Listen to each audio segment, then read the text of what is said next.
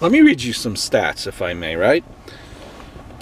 He hit 400 or better against 8 different Cy Young winners. Greg Maddux, John Smoltz, Brett Saberhagen, Vida Blue, John Denny, Dennis Eckersley, Mark Davis, Doug Drabek, and batted at least 300 against 7 more.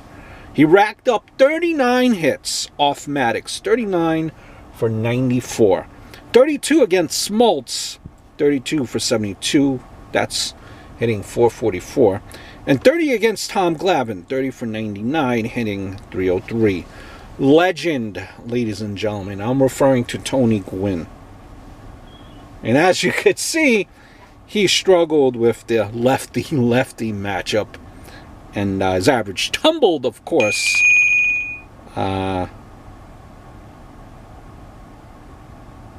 You've seen the average tumbled over 100 points.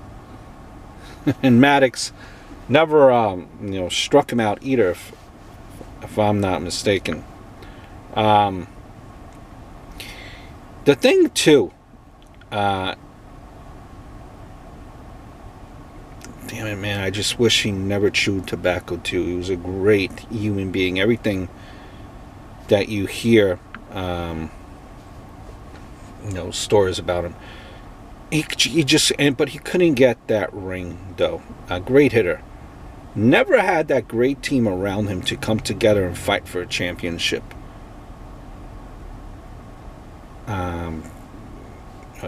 Imagine if he could have been surrounded by great players rather than playing against them, right?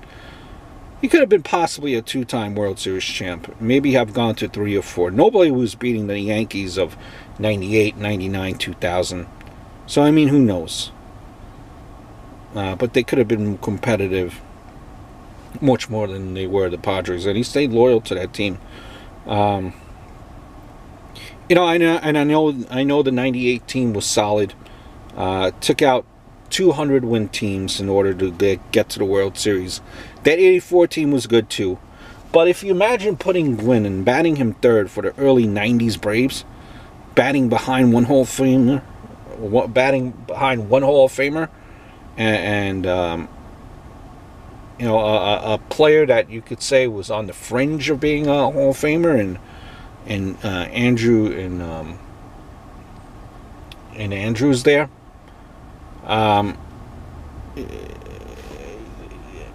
It would have been phenomenal. Even imagine a Cleveland team from 97. That would have been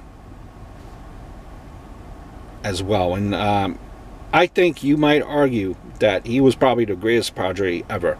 And maybe even the best, one of the greatest pure hitters to ever play the game.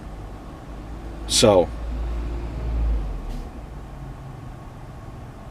now, I think I even saw a stat too, right? So just try to wrap your head around this too.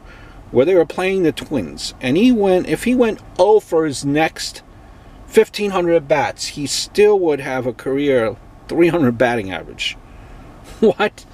That is just absolutely nuts. Nuts. Some of his accolades had 3 different seasons hitting 370 or higher. Only hitter born after the 1900s to reach 3,000 hits in fewer games. 2,284 games.